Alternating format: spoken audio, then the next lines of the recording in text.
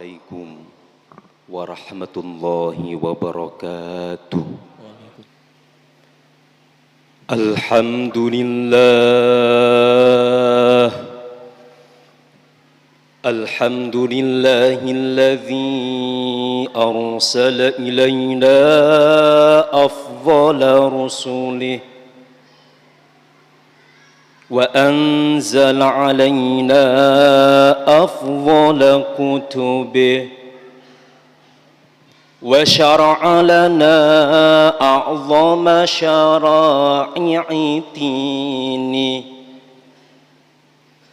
وأكرمنا بشفاعة خير خلقه أشهد أن لا إله إلا الله وحده لا شريك له وأشهد أن سيدنا محمدًا عبده ورسوله لا نبي بعده اللهم فصل وسلم وبارك وترحم وتحنن على حبيبنا وسيدنا محمد وعلى آله وأصحابه أجمعين أما بعد فيا عباد الله أوصيكم ونفسي بتقوى الله أوصيكم ونفسي بتقوى الله فقد فاز من اتقى وخاب من طغى قال تعالى في محكم التنزيل أعوذ بالله من الشيطان الرجيم واتقوا الله ويعلمكم الله والله بكل شيء عليم وقال حبيبه صلى الله عليه وسلم اتق الله حيثما كنت وأتبع السيئة الحسنة تمحها وخالق الناس بخلق حسن. Ma'asyiral muslimin, jamaah salat Jum'ah Masjid Nur Hidayah hafizakumullah. Kembali kami mengingatkan kepada diri kami sendiri dan kepada Anda semuanya, mari sama-sama memperhatikan kualitas ketakwaan kita kepada Allah Subhanahu wa ta'ala. Takwa itu apa? Hampir setiap mimbar menyampaikan wasiat ini dan memang harus diwasiatkan dan memang harus dikampanyekan. Lalu takwa itu apa? Seringkali kita mendengar definisi imtithalu awamirillah wajtinabu nawahihi, yaitu segala upaya untuk melaksanakan apa yang Allah perintahkan dan berusaha keras untuk menjauhi apa yang Allah larang. Itu secara istilah. Lalu secara bahasa, secara etimologis, dalam kitab tafsir As-Sawi misalkan, takwa itu berasal dari akar kata waqa, yaqi, wiqaya. Kemudian ittaqa, yattaqi, taqwa. Yang artinya adalah usaha untuk menjaga diri. Tentu usaha untuk menjaga diri antara si A dan si B tidak mungkin sama, ma'asyiral muslimin. Usaha menjaga diri antara si B dan si C juga tidak mungkin sama. Itulah kenapa mayoritas ulama ahlus sunnah wal jamaah dalam istilah internasional, ahlus sunnah wal jamaah adalah seluruh umat Islam yang non syiah. Seluruh umat Islam yang bukan syiah dalam istilah internasional, asosiasi ulama internasional itu disebut ahlus sunnah wal jamaah. Itulah kenapa mayoritas ulama ahlus sunnah wal jamaah membagi tingkatan takwa berdasarkan kemampuan seseorang menjaga diri menjadi 3 tingkatan. Yang pertama adalah takwa level premium, di mana seorang hamba sukses menjaga diri dari dosa besar dan sukses menjaga diri dari dosa kecil, juga sukses menjaga diri dari hal-hal yang tidak penting. Takwa level premium. Siapa yang ada di level ini? Tentu beliau adalah para nabi dan para rasul alaihimussalatu wassalam. Selain beliau, wali sekalipun tidak akan mungkin berada di level ini, karena yang mendapatkan kemaksuman, yang mendapatkan penjagaan, yang mendapatkan proteksi full dari Allah hanya para nabi dan para rasul alaihimussalatu wassalam. Yang kedua, takwa level medium, di mana seorang hamba sukses menjaga diri dari dosa besar, tetapi kadang sengaja atau tidak masih terlibat dalam dosa kecil dan hal-hal yang tidak penting. Dan seluruh manusia kebanyakan ada di level medium, dosa besar tidak, dosa kecil kadang sengaja atau tidak masih dilaksanakan.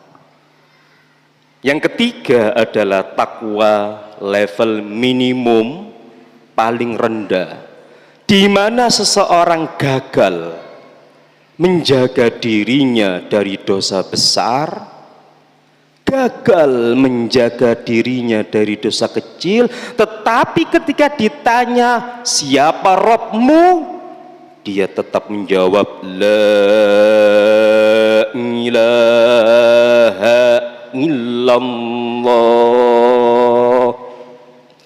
tapi tidak sholat.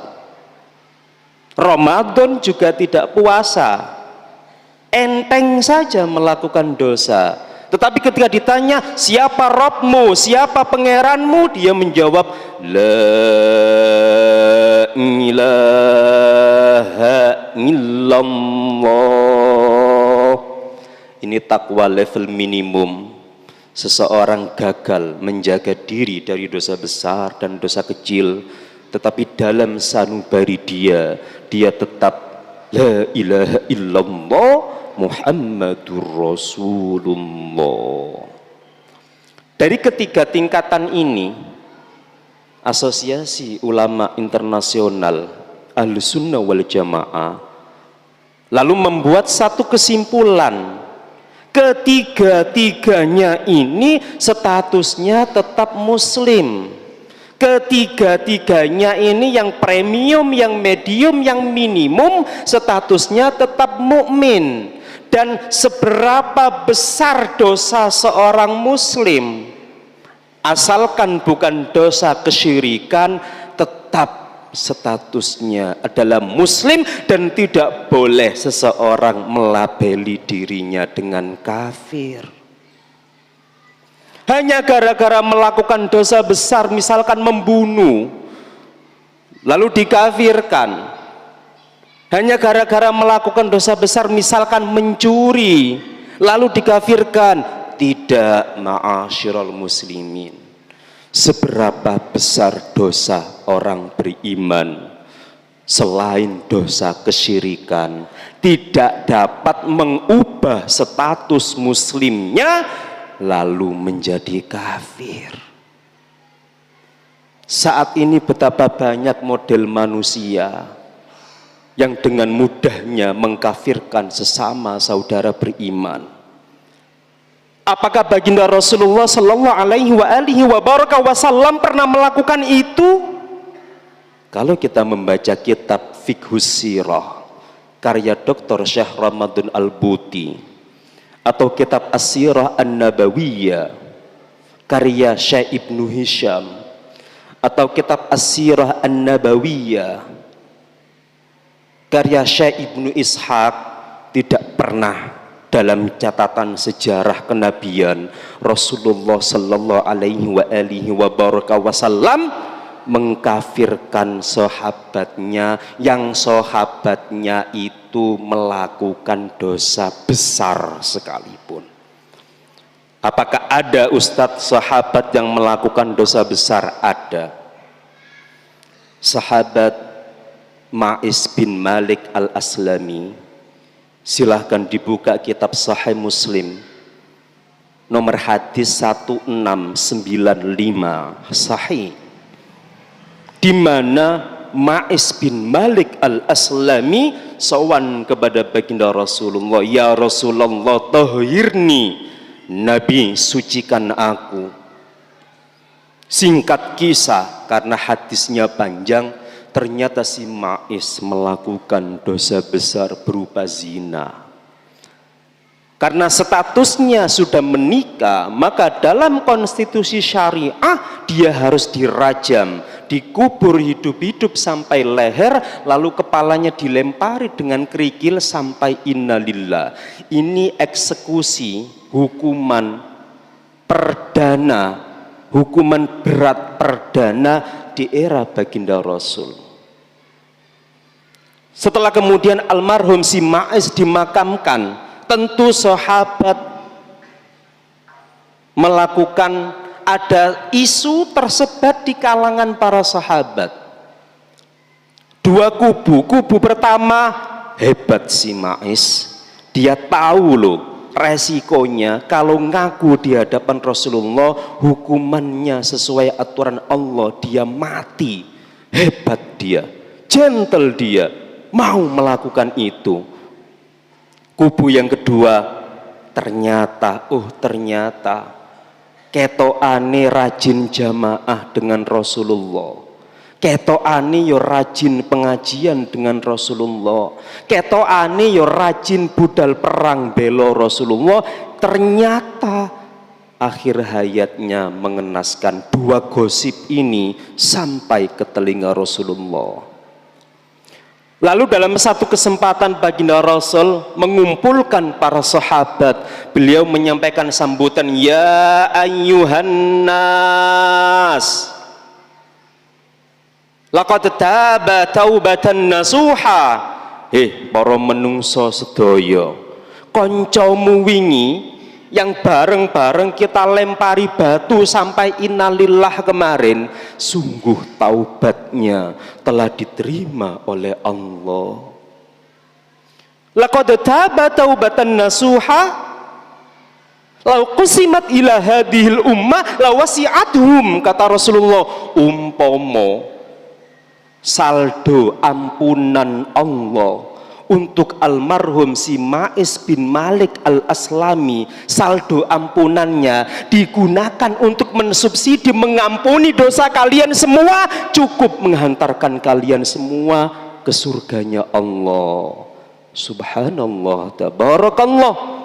Satu ampunan Allah untuk hambanya yang tulus bertaubat, saldo ampunannya cukup untuk menghantarkan seluruh sahabat yang lain masuk surga. Lihat, baginda Rasul tidak mengkafirkan Ma'is bin Malik al-Aslami radhiyallahu ta'ala anhu. Yang kedua, musuh dalam selimut. sahabat Abdullah bin Ubay bin Salul, tokoh munafik Madinah. Berkali-kali Abdullah ini menyakiti baginda Rasul. Puncaknya adalah memfitnah ibunda Bunyai Sayyidah Aisyah melaksanakan hal yang tidak pantas. Ibunda kita Bunyai Sayyidah Aisyah radhiyallahu taala anha itu pernah difitnah oleh Abdullah bin Ubay bin Salul dengan fitnah yang tidak pantas. Baginda Rasul sedih hampir selama 1 bulan. Semakin membuat sedih beliau ketika dikomunikasikan kepada Allah, wahyu tidak segera turun. Biasanya baginda Rasul kalau matur malam itu juga Jibril turun. Tapi ketika baginda Rasul ingin mengkonfirmasi, ya Allah, apa sesungguhnya yang terjadi dengan istri saya Sayyidah Aisyah? Apakah seperti yang digosipkan orang-orang itu, ya Allah? Allah tidak langsung mengkonfirmasi informasi langit sampai 27 hari. Sampai Bunyai Sayyidah Aisyah pulang ke rumah, ke ayahnya yaitu sahabat Abu Bakar. Ini puncak. Abdullah bin Ubay bin Salul, Rasulullah tahu dia munafik kelas kakap, ketuanya. Tapi pernahkah dalam hadis manapun, kitab sirah nabawiyah manapun, pernah nggak baginda Rasul itu mengkafirkan Abdullah bin Ubay bin Salul? Tidak pernah. Kembali, baginda Rasul itu ya ma'asyiral muslimin, seumur hidup mati-matian yang di luar Islam supaya masuk Islam. Lah kok ada model umatnya yang sudah di dalam Islam kok dikeluarkan, dikafirkan sak geleme dhewe. Seandainya baginda Rasul masih gesang, beliau pasti menangis. Aku soro-soroan ngelebokno uwong, lah kok umatku enake gampang no ngetokno uwong. Semoga bermanfaat. Dan semoga Allah menetapkan kita beserta keluarga kita dalam iman dan Islam husnil khatimah. Amin. Allahumma amin. Bismillahirrahmanirrahim. Inna a'tainakal kautsar fasalli li rabbika wanhar inna syani'aka huwal abtar. Barakallahu li wa lakum fil Qur'anil azim wa nafa'ani wa iyyakum bima fihi minal ayati wadh-dhikril hakim wa qur rabbi fir warham wa anta khairur rahimin.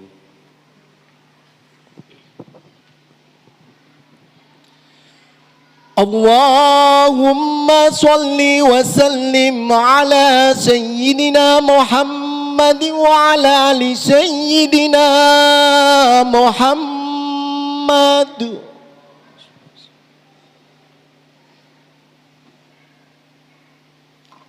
Alhamdulillah, nahmaduhu wa nasta'inuhu wa nastaghfiruh wa na'udzu billahi min syururi anfusina wa min sayyiati a'malina.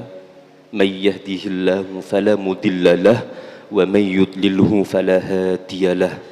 Asyhadu an la ilaha illallah wahdahu la syarika lahu wa asyhadu anna sayyidana Muhammadan abduhu wa rasuluhu la nabiyya ba'dah.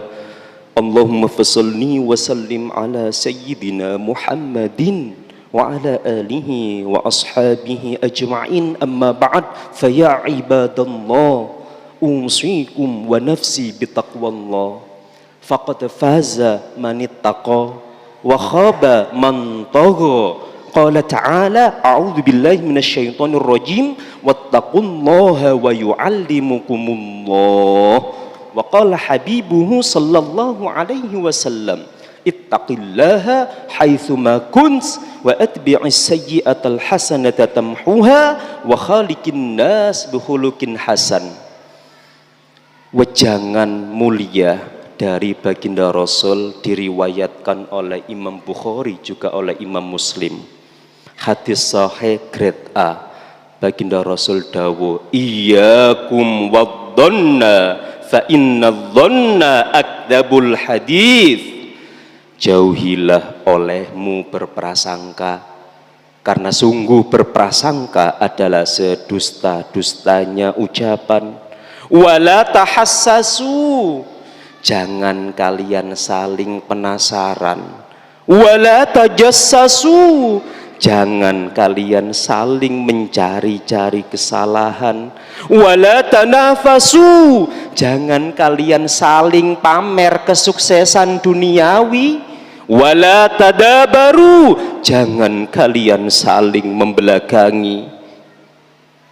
Wala tabaghadu, jangan kalian saling memarahi. Wa kunu ibadallahi ihsana, jadilah hamba-hamba Allah yang saling bersaudara. Innallaha wa malaikatahu yusalluna 'alan nabi ya ayyuhalladzina amanu sallu 'alaihi wa sallimu taslima. Allahumma salli 'ala sayyidina Muhammad wa 'ala ali sayyidina Muhammad kama sallaita 'ala sayyidina Ibrahim wa 'ala ali sayyidina Ibrahim wa barik 'ala sayyidina Muhammad وعلى آل سيدنا محمد كما باركت على سيدنا إبراهيم وعلى آل سيدنا إبراهيم في العالمين إنك حميد مجيد وارحمنا معهم برحمتك يا أرحم الراحمين. اللهم اغفر للمسلمين والمسلمات والمؤمنين والمؤمنات الأحياء منهم والأموات إنك قريب مجيب الدعوات يا قاضي الحاجات ويا غافر الذنوب والخطيئات. اللهم سلمنا والمسلمين وعافنا والمسلمين وأعز الإسلام والمسلمين. ربنا آتنا في الدنيا حسنة وفي الآخرة حسنة وقنا عذاب النار. وصلى الله على نبينا محمد وسلام على المرسلين والحمد لله رب العالمين. عباد الله إن الله يأمر بالعدل والإحسان وإيتاء ذي القربى وينهى عن الفحشاء والمنكر والبغي يعظكم لعلكم تذكرون. فاذكروا الله العظيم يذكركم واشكروه على نعمه يزدكم واسألوه من فضله يؤتكم ولذكر الله تعالى أعز وأجل وأكبر. أقيموا الصلاة.